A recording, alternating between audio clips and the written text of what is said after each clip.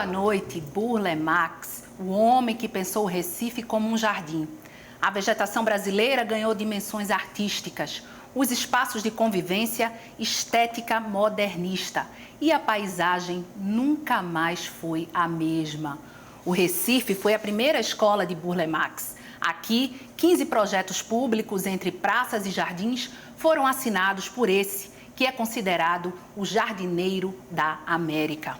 O tema da Opinião Pernambuco de hoje é Burle Marx e o Recife. São nossos convidados Ana Rita Sá Carneiro, professora de Arquitetura e Urbanismo da UFPE e líder do grupo de pesquisa Jardins de Burle Marx. Joel Marques da Silva, pesquisador do Laboratório da Paisagem da UFPE. E Lúcia Veras, professora de Arquitetura e Urbanismo da UFPE e vice-coordenadora do Laboratório da Paisagem.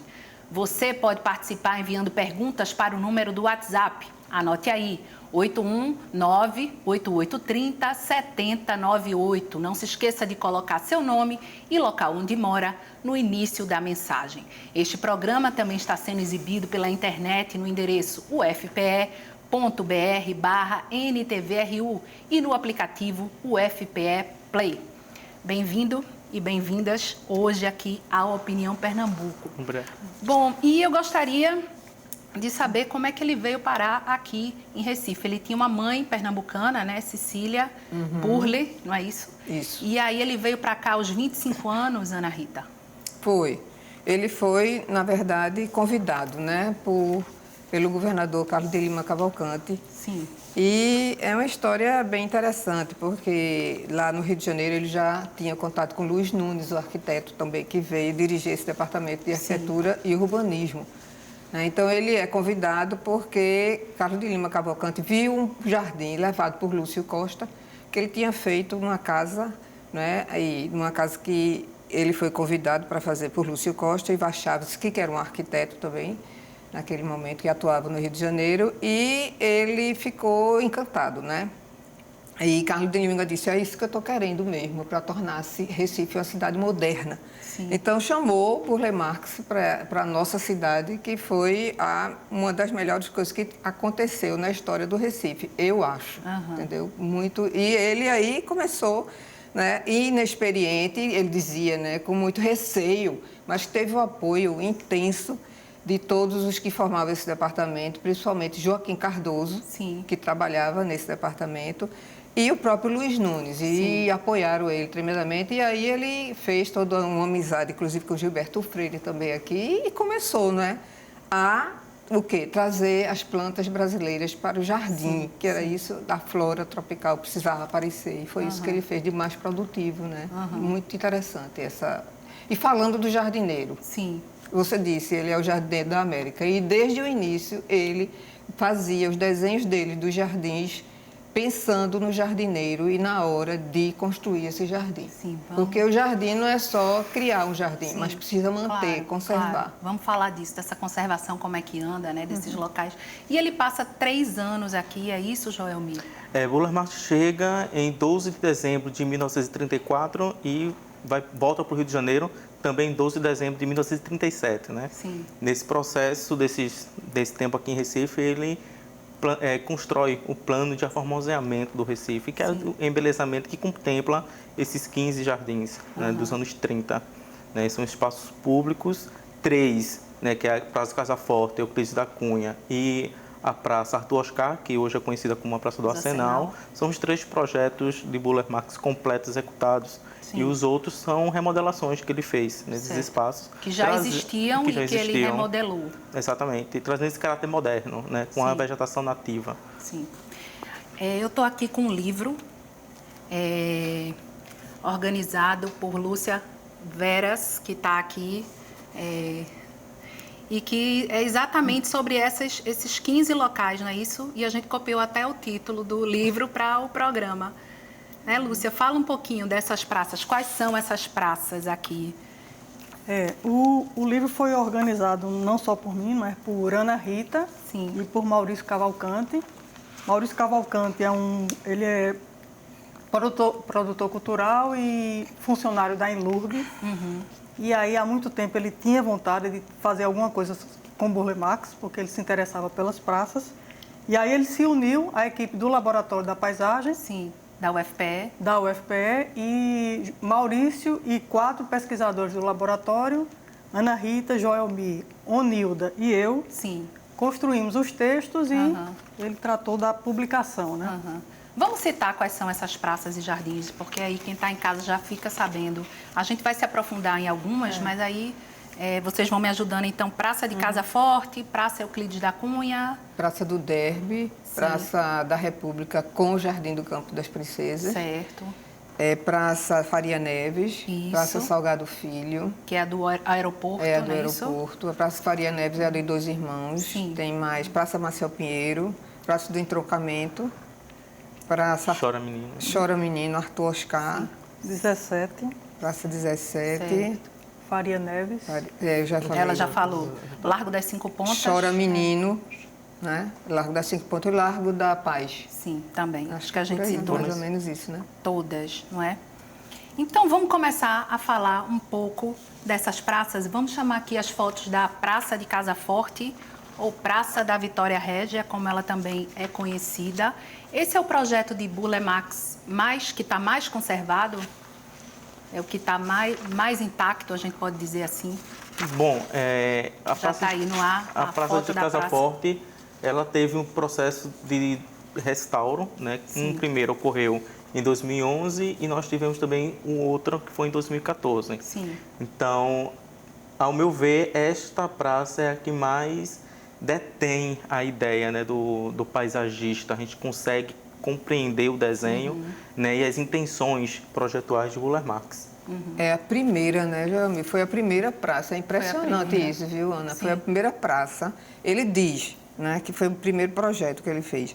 Embora que, paralelamente, aconteceu também o projeto da Praça Euclides da Cunha. Sim. Né, que ele pensou que era o Largo do Viveiro, ali onde tem Euclides da Cunha, e ele faz paralelamente. Porém, ele diz que foi o primeiro jardim. Sim.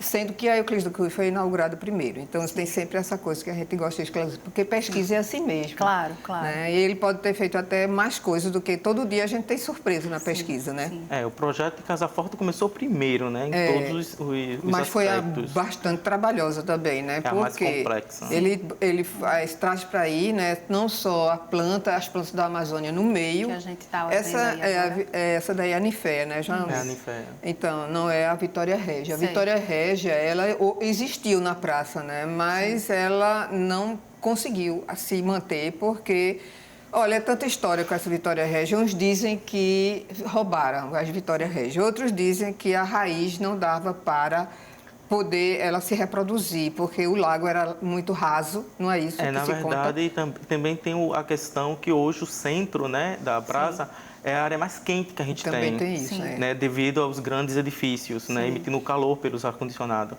Então, hoje, ambientalmente, essa espécie, né, que é a Vitória Régia, ela não consegue mais se estabelecer nos tanques. Então, quer dizer que a Praça da Vitória Régia hoje não tem mais Vitória, Vitória Régia não tem. Não. É isso. O último resiste à Tem na década de imaginação 90. das pessoas. É muito interessante isso, eu acho Sim. também. Ficou Tem na para festa sempre. da Tem Vitória na Régia. festa. É que é materialidade, bem né? conhecida. que tá Na ali festa presente. e na imaginação das pessoas. Agora, ela, além disso, tem o primeiro canteiro, a primeira parte da praça, que é a que fica junto da 17 de agosto, Sim. que é dos ecossistemas americanos, não é isso? Flora, a Panta Atlântica. O sistema americano a gente dizia até os anos 40, né? Hoje a gente tem território brasileiro, porque já teve essa divisão diferenciada, né? Então, são espécies que contemplam todos os biomas do Brasil. E depois vem a planta da Amazônia no meio, no centro, né? Que ele traz o palmulato e a Vitória Régia mais presente mesmo no centro. E em seguida, onde tem a igreja, são as plantas exóticas. Sim. Mas então há são uma 3 mistura, partes. né? Então a atualmente. praça é dividida em 3 partes, é isso? São 3 motivos diferentes. Sim.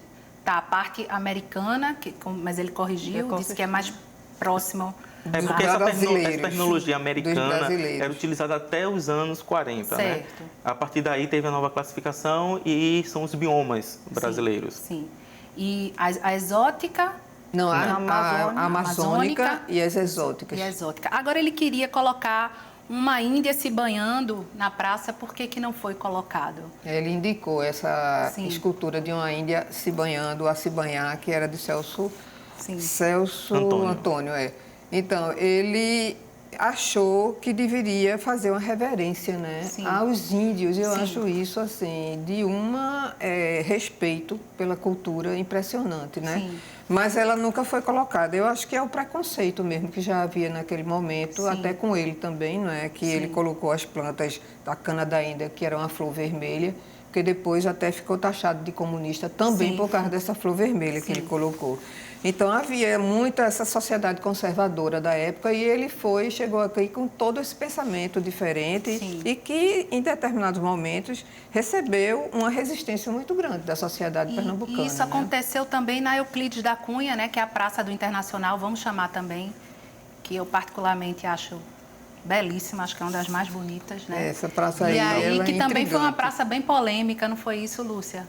Para a época. É, porque ele trouxe a vegetação do sertão para o litoral e causou muito impacto, né? Porque sempre se associa o sertão, pobreza, a gente seca. está vendo agora aí.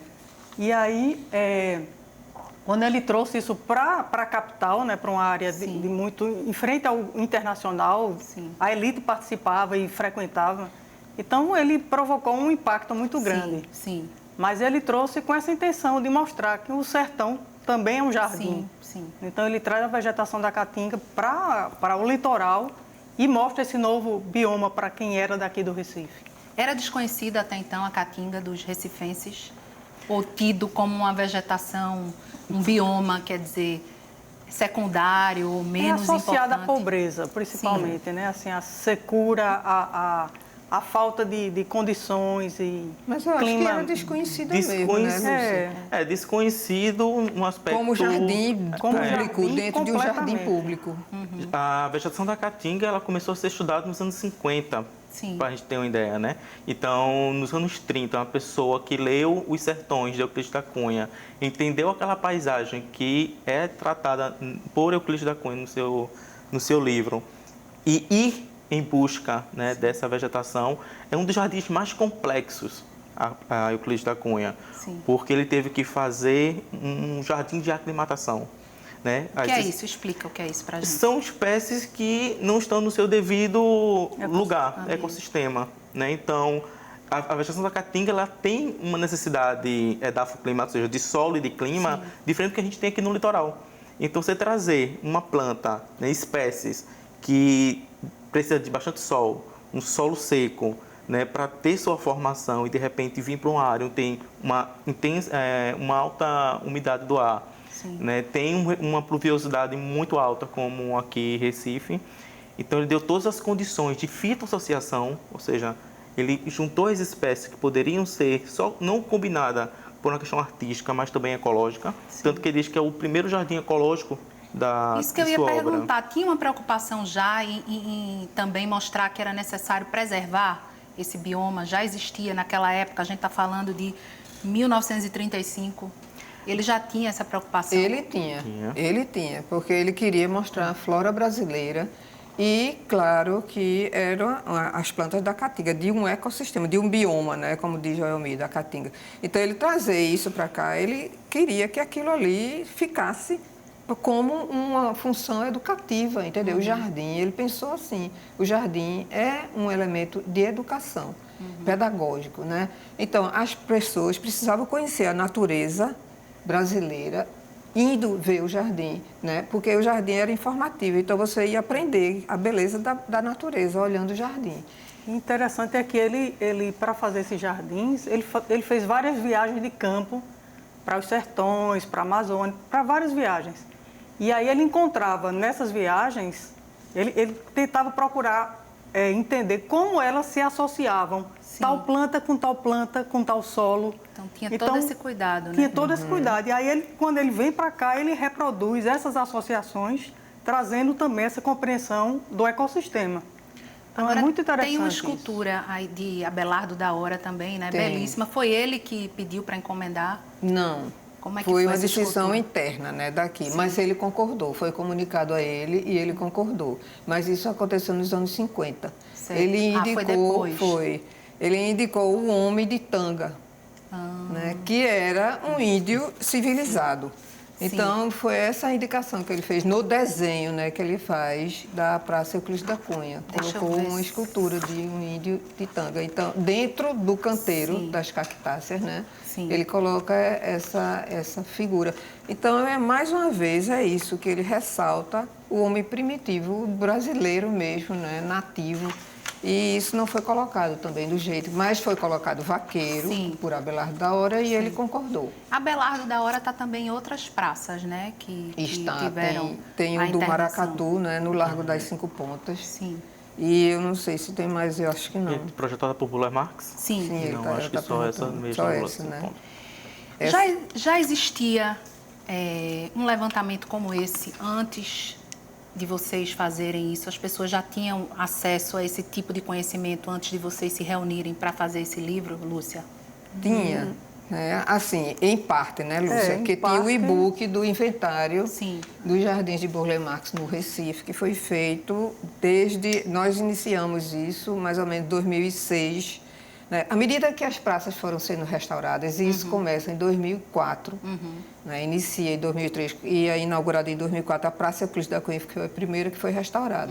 Desde aí, o inventário começa a ser elaborado, né? Mas ele vem se aperfeiçoando, e porque cada intervenção que é feita, tem que ver quais são as plantas, né, que existiam indicadas por ele, e que isso não foi fácil.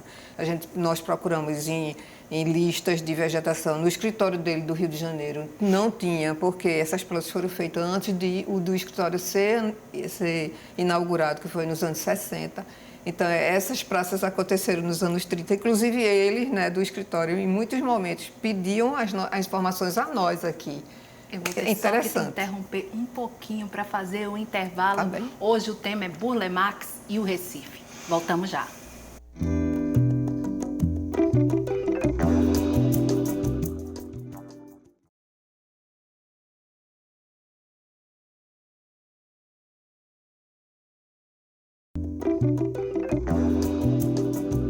O Opinião Pernambuco conversa sobre Burle Marx e o Recife. Para participar, convidamos Ana Rita Sá Carneiro, professora de Arquitetura e Urbanismo da UFPE e líder do grupo de pesquisa Jardins de Burle Marx. Joelmir Marques da Silva, pesquisador do Laboratório da Paisagem da UFPE. E Lúcia Veras, professora de Arquitetura e Urbanismo da UFPE e vice-coordenadora do Laboratório da Paisagem. Você pode participar enviando perguntas ou comentários para o número do WhatsApp. Anote aí, 819-8830-7098. Não se esqueça de colocar seu nome e local onde mora no início da mensagem. Este programa também está sendo exibido pela internet no endereço ufpe.br/NTVRU e no aplicativo UFPE Play. Lúcia, vou voltar para você agora, porque no bloco anterior eu perguntei se esse era o primeiro trabalho, né, esse livro que a gente mostrou da CEP, que é novíssimo, se esse era o primeiro trabalho que vocês documentavam Burle Marx. E aí aí você vem agora e me diz que tem essa outra cartilha. Fala um pouco também, mostra aqui para a câmera 2, por favor. A primeira publicação do Laboratório da Paisagem sobre Burle Marx foi essa cartilha, o Jardim de Burle Marx, foi lançado em 2009. Certo. Exatamente no período que foi criado o Comitê Burle Marx. Sim. Numa parceria entre a Prefeitura, várias instituições e o Laboratório da Paisagem da UFPE. Foi esse comitê que promoveu a reforma das praças, foi isso? Não. A reforma das praças ela sempre é feita pela Prefeitura, com a parceria da Universidade, no Laboratório da Paisagem. Ok. E agora, o que é curioso aqui nessa cartilha é que aqui estão as 6 praças que também são tombadas pelo IPHAN. Que é diferente desse livro aqui, que é o que a gente mostrou. Tem as 6 praças e mais 9, que aí qual é a diferença? É que 9 são jardins históricos, e aqui as 6 são históricos e também jardins tombados pelo IPHAN. E aí as 6 mais as 9 são as 15 que estão nesse livro. Que foi as que a gente comentou no primeiro bloco, né? Exatamente. Todas aquelas. E além disso, esse outro livro também foi publicado, lançado pelo Laboratório da Paisagem, da UFPE, que são os Jardins de Burle Marx, no Nordeste do Brasil Isso foi produto de um seminário Sim. que houve entre estudiosos da paisagem do Nordeste. E aí tem textos de vários autores de todo o Nordeste. Então, esse aqui é um livro, assim, digamos que ele seja mais técnico, Sim. com informações mais técnicas, esse aqui é mais leve, né? Sim, esse tem inclusive depoimentos, né, de pessoas, de frequentadores das praças. De frequentadores. E aí eu fiquei na dúvida, as pessoas, os recifenses, sabem que Burle Marx teve tanta influência assim no Recife, que ele está em tantas praças. O que é que vocês sentiram conversando com as pessoas? Elas tinham essa informação? Na verdade, foi Maurício, ele se encarregou, né? Porque ele achou interessante, ele é músico, artista, e ele achou interessante pegar esses depoimentos das pessoas. Mas, normalmente, a gente conversa e as pessoas não conhecem, né? Não têm conhecimento sobre o que Burle Marx fez aqui, sobre os jardins dele. Poucas pessoas conhecem, entendeu, Ana? Sim. É difícil você encontrar. Agora, eu li também, e tem uns que falam, assim, de paisagem, né? E tem, de repente, você encontra uma ou outra que, na Praça da Casa Forte, você é mais fácil de encontrar, gente que sabe. Vamos chamar agora uma imagem da Praça do Arsenal, que é a Praça Arthur Oscar, ou Praça do Arsenal, que é de 1936, na Rua do Bom Jesus, bairro do Recife, né? Tá bem lá no centro da cidade. E ele escolheu plantas para essa praça que pudessem resistir à salinidade, é isso, já que estava ali próximo ao mar? Na verdade, hoje, como essa praça está, ela está um pouco descaracterizada, né? Certo. O Burle Marx, ele pensou para o centro, onde hoje a gente tem essas palmeiras imperiais, era um núcleo de espécies da restinga, ou seja, que tinha, né, essa condição de sobreviver à salinidade. E hoje o que se mantém ainda do projeto original é a cortina de vegetação ao redor. Sim. Né, que são oitizeiros, castanhola, mas o núcleo, né, que era uma grande esplanada com essas espécies. Então essas palmeiras da não foi intervenção dele? Não, essa já palmeira foi tá, não é de um projeto de reforma dos anos 70. Mas né? é interessante, como o que Joel me estava explicando, é que esse princípio de fazer uma cortina de vegetação, de arborização no limite, né, da praça, e dentro abrir uma clareira, aconteceu em Casa Forte, Euclides da Cunha e na Praça Arthur Oscar, que foram as três primeiras. Então esse padrão se repete, né? E vamos chamar também Praça Maciel Pinheiro, de 1936, que fica ali, Avenida Manuel Borba, com Rua da Aragão, Boa Vista. É lá que tem... não, desculpa. Aí ele quis dar a ideia de que a praça era o jardim da igreja matriz, é isso? É como se fosse a continuação da igreja? Assim, ele relacionou com a igreja, né? Porque tem o desenho dele que ele faz, onde o pano de fundo é a igreja, aparece a fonte e ao lado a vegetação que ele indica. A praça já existia, ela é bem antiga, essa praça, do século XIX. Mas ele indica um tipo de vegetação. A gente não tem isso muito claramente, não é, Joelmi? Do tipo de vegetação. Tem o desenho dele, mas não tem as espécies indicadas por ele, né? Só pelo desenho. Só o projeto dele. Pelo desenho que a gente tentou identificar algumas espécies, né? Como palmeiras e tulipas. Né, tulipas?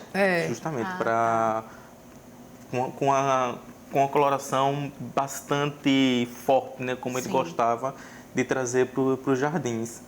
Né? Então, essa praça, a gente também, né? A cortina de vegetação também se assemelha muito ao que está na Arthur Oscar, em termos de ser as castanholas. Sim. Né? Então, tem essa unidade.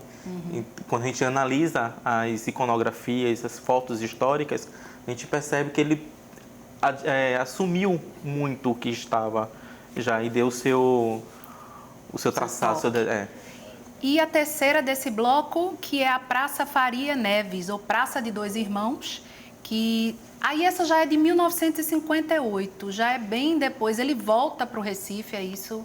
Depois? Não, ele não volta, né? Ele faz... E nesse momento que ele faz essa praça, inclusive a gente não encontrou planta baixa da praça, né? Não tem. Ele, acho que foi muito mais, assim, indicações que ele fez, porque aí era o terminal da Marchambomba. Sim. Então, o que ele faz aí? E, paralelamente, na Praça Salgado Filho, nesse momento ele está em Caracas, né, com escritório e com outros arquitetos, inclusive um inglês, um peruano. Deixa eu só interromper um momentinho. Esse banco aí é uma característica também... Dele. Bem dele, não é? O banco é. Então, ele indicou esse banco, né? E a vegetação tem os abricós de macaco que ficam contornando esse banco. E ele também desenha um brinquedo bem interessante para as crianças, com os discos em concreto, onde a criança vai pulando e tem uma caixa de areia no final, não é? Sim. Então, é uma praça lúdica e que também foi feita muito em função da vila dos trabalhadores, né, dos funcionários da antiga Compesa, que era a Companhia do Bibiribe. Ficava também ali no entorno e em frente ao parque zoológico, né, o Parque de Dois Irmãos.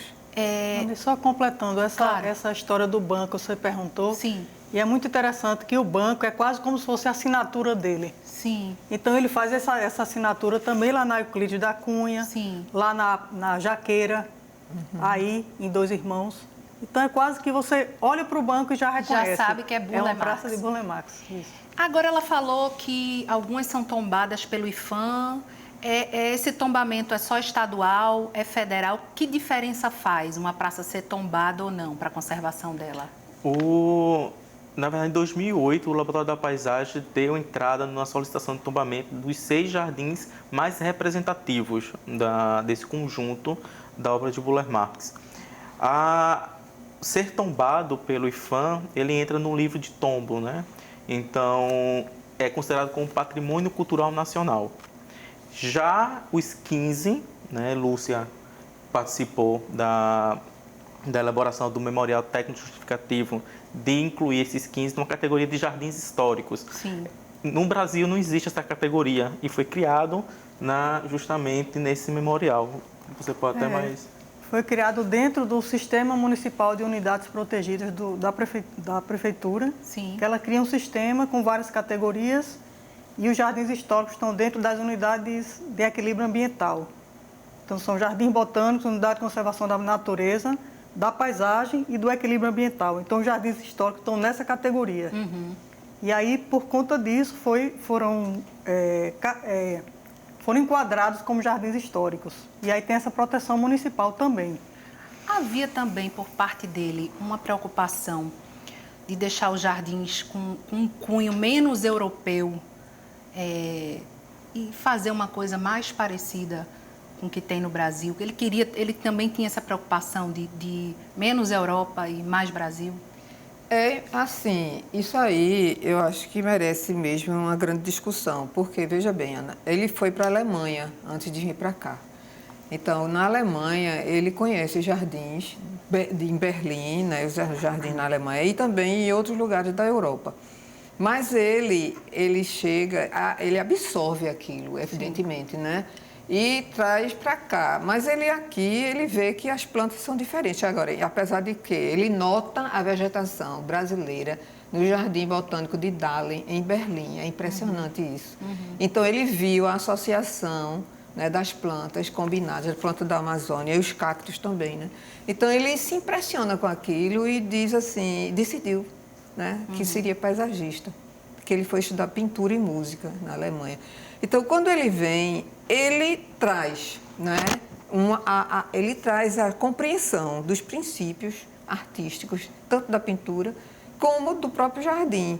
E aqui ele começa a fazer o jardim mais geométrico, por exemplo, Casa Forte, e também a Euclides da Cunha e também Arthur Ascar, com formas mais geométricas. Depois, no jardim do Ministério da Educação e Saúde, que ele faz em 38, e em Pampulha também. Sim, que ele dá aquele formato orgânico, né? E é também da observação que ele faz dos pintores, dos desenhos de pintores, como Arpe, como Cézanne, como Léo Putz também. Vou ter que te interromper de novo para outro intervalo. A gente volta rápido hoje conversando sobre Burle Marx e o Recife.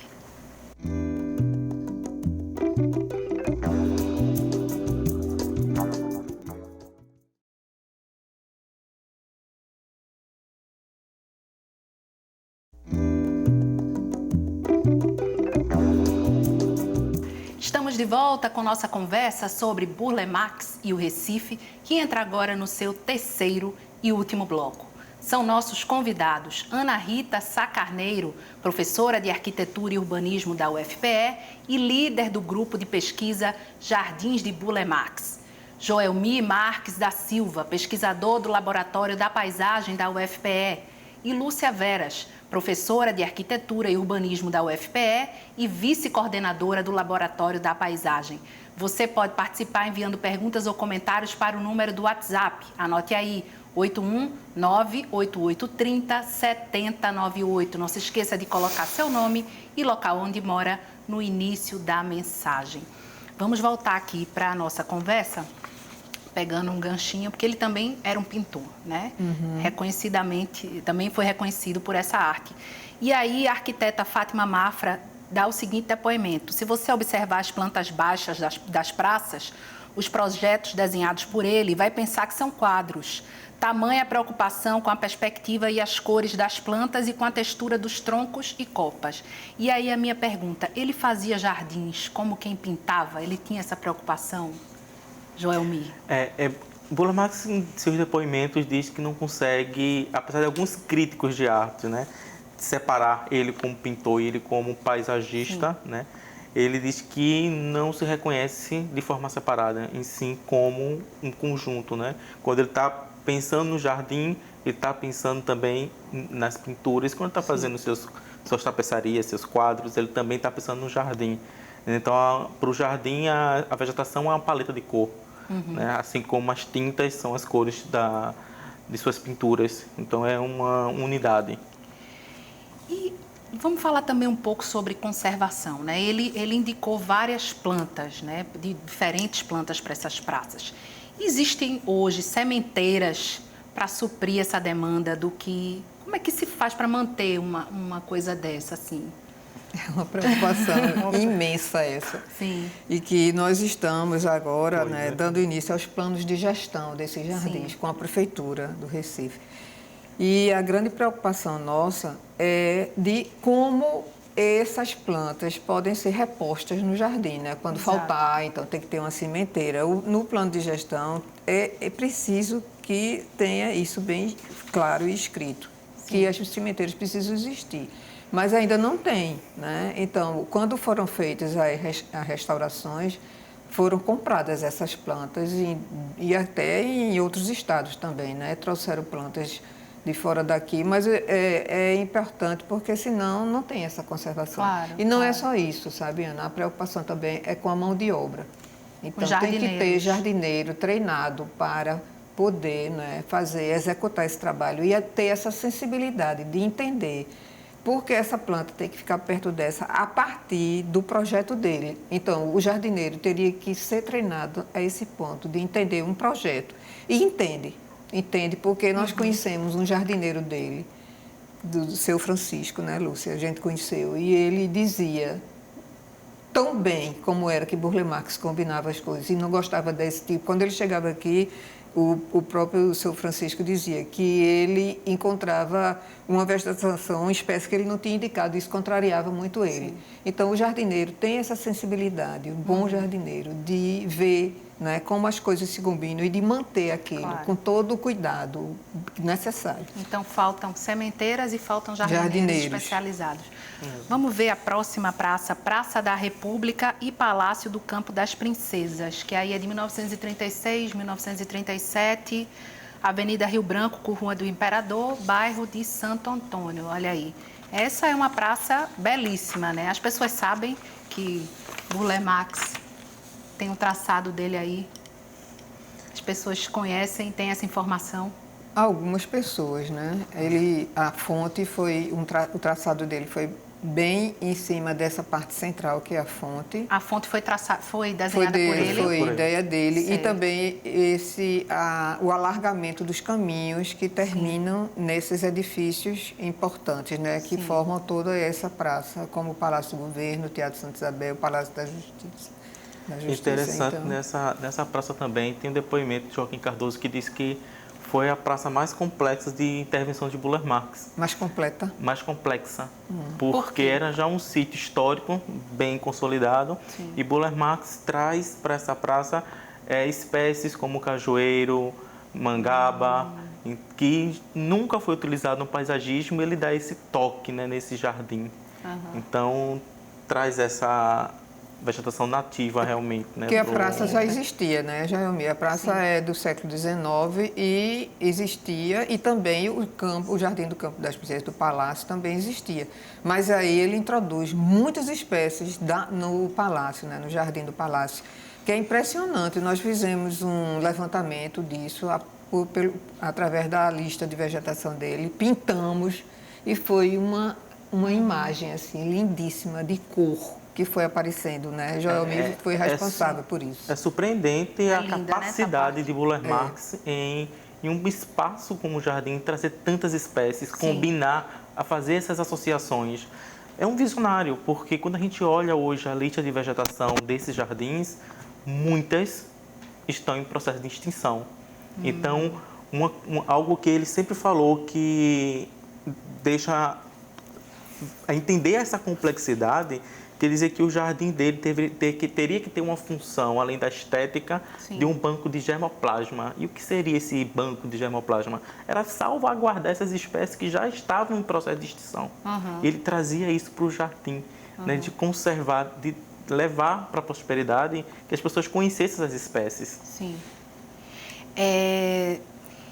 Aí você falou em frutíferas aí, quando você citou, né? E isso também era comum, porque em Brasília a gente sabe que houve essa preocupação em ter frutíferas mesmo para o consumo. Isso também era uma preocupação dele, em ser a praça também, ter essa função? Dentro do contexto, né, que a gente tem desses jardins aqui em Recife, por exemplo, a Praça da República foi o único espaço que a gente encontrou essas espécies. Certo. Não era muito Não era muito, não. Como É. em Brasília foi essa preocupação. Vamos ver mais uma, a Praça do Derby de 1936, que é na Avenida Governador Agamenon Magalhães, bairro do Derby. E as estátuas e também o espelho d'água também é dele, Lúcia? O espelho d'água é o Jardim dos Amores, né? É a intervenção dele, sim. Sim. Na verdade, quando ele chega, a praça já existia. Ele faz intervenções. E entre as intervenções está essa do Lago dos Amores. Ele indica muita vegetação. Joelmi fica impressionado, né, Joelmi? E a quantidade de palmeiras, espécies de palmeiras, vocês impressionante. É um laboratório das palmeiras, é isso que vocês falam no livro? Quais são as palmeiras que a gente encontra aí? Na verdade, quando a gente olha a especificação, né, da vegetação do projeto, tem em torno de 50 espécies de palmeira no Derby, né? Então, ele traz o catolé, ele traz que é nativa, a rabo de peixe, que é exótica, mas algumas pessoas costumam dizer que Buller Marx traz as espécies nativas para o jardim e abandona as exóticas, não é bem assim. Ele trata as exóticas desde que ela tenha uma relação com a paisagem, ou seja, está no imaginário, na identidade do lugar. Vamos explicar o que é plantas nativas e exóticas, só para quem está em casa entender? Então, as exóticas são espécies que não correspondem aos nossos biomas, né, brasileiros. Que vieram de fora. Né? Então, a gente tem o catolé como palmeira, tem o gerivá, que também é nosso, da região entre Caatinga e Mata Atlântica, e aí ele implementa também palmeiras imperiais, coqueiros, tem uma diversidade e uma riqueza, na verdade, né, de palmeiras nessa praça. E vocês falam também no texto do livro em linhas sinuosas. O que exatamente, o que são essas linhas sinuosas que vocês citam em relação a essa praça? Quando a gente olha o projeto Novo Recife, que foi dos anos 20, que a gente vê o traçado bem geométrico, né, que é proposto, Buller Marx chega, encontra esse jardim e ele traz essas curvas, né? E cada curva dessa, que ele modifica esse traçado geométrico por linhas sinuosas, como essa assinatura que a Lúcia falou, né, do banco, ele traz isso para o traçado do jardim. Amolece, né, o traçado da Praça do Derby. E essa curva também está nessa Copa das Palmeiras, né? Então você tem essa coisa da natureza, ele traz no gesto. No gesto do desenho, do traçado dos caminhos, e a própria vegetação também. É uma linguagem, né, Lúcia? A gente pode dizer assim, é a linguagem Buller Marx, né? Isso. E tinha sempre, a gente pode falar que tinha sempre essa preocupação da interação da praça com o restante, do que está em volta dela. Havia também essa preocupação por parte dele? Sim, e aí a Praça da principalmente. República mesmo, Sim. na verdade, ela é um grande jardim de 3 grandes monumentos, né? Você tem o Palácio do Governo, o Palácio das Artes e o Palácio da Justiça, estão conectados por esses grandes eixos do jardim. Então, ele tinha, assim, quando ele projetava, ele pensava nesse entorno. Sim. Como é que o jardim ia fazer essa conexão com a cidade. Restante, né?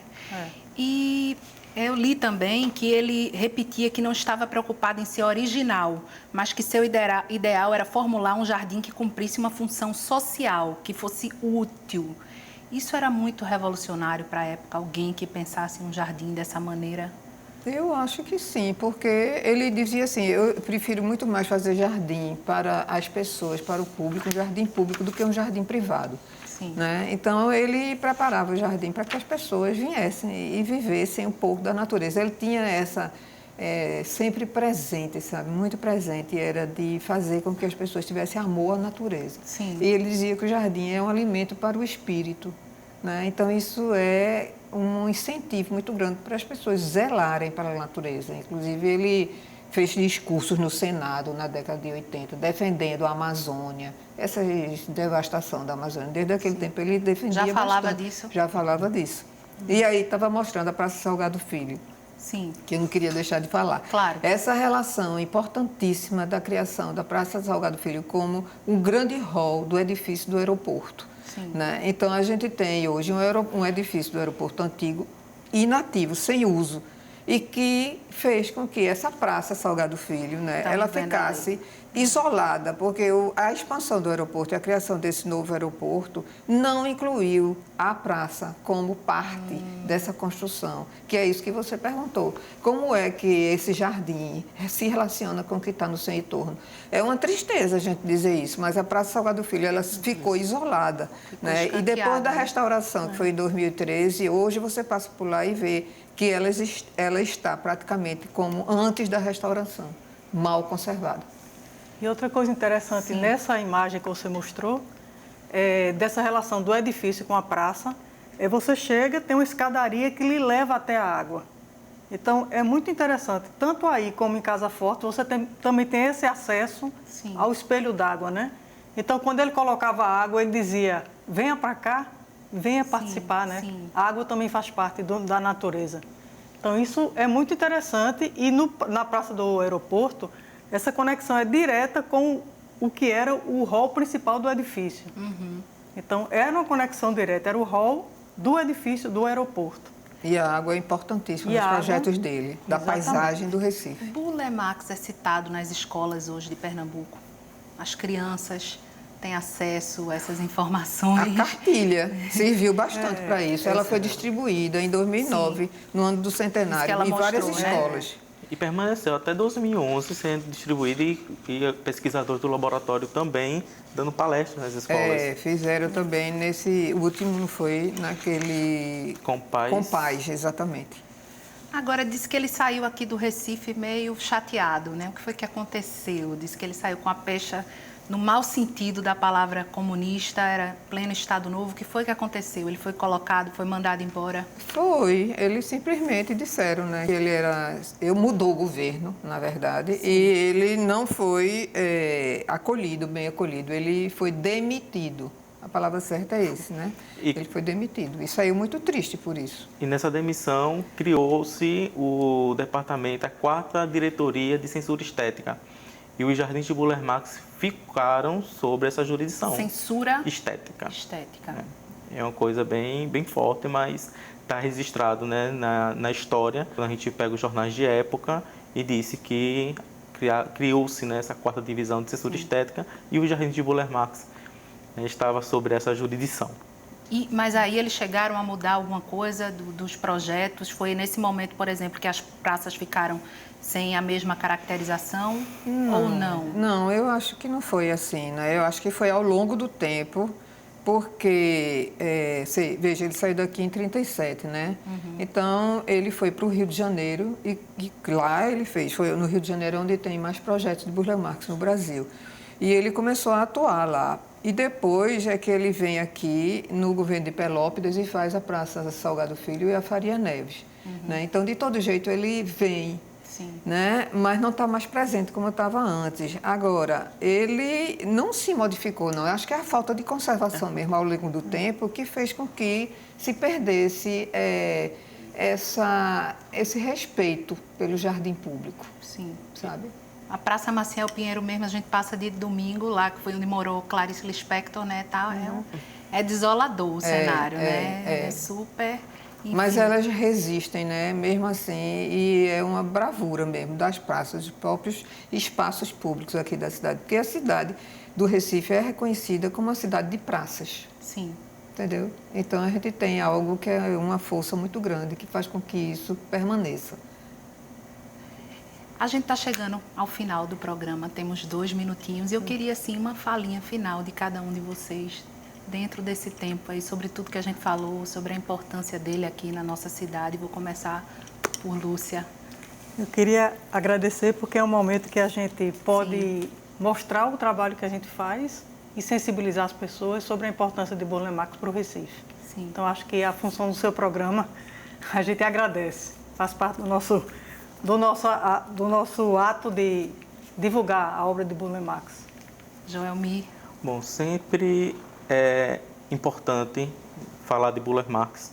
Nós temos aí um legado, né, do paisagismo brasileiro. Foi aqui que começou o Jardim Moderno, né, que as pessoas tomem, né, essa consciência e passem a olhar para esses jardins como monumentos, que são monumentos vivos. A gente precisa olhar para esses jardins, né, e ter essa cultura, né, de ir a esses espaços. E de conservar, né, de preservar. Ana Rita. Olha, eu acho que essa grande mensagem de Burle Marx é que, com esse olhar jardineiro dele, né, que nós deixemos que nosso espírito de jardineiro, né, brote e que os jardins permaneçam, né, nas nossas atitudes e que faça parte das nossas vidas, porque a gente aprende muito com o jardim, a ter paciência, a respeitar o próximo e a educar de maneira geral, sabe? É uma forma de você se educar e respeitar mais o próximo e a natureza. Eu acho que é a grande mensagem. Muito obrigada. Muito obrigada a você pela audiência e até o nosso próximo encontro.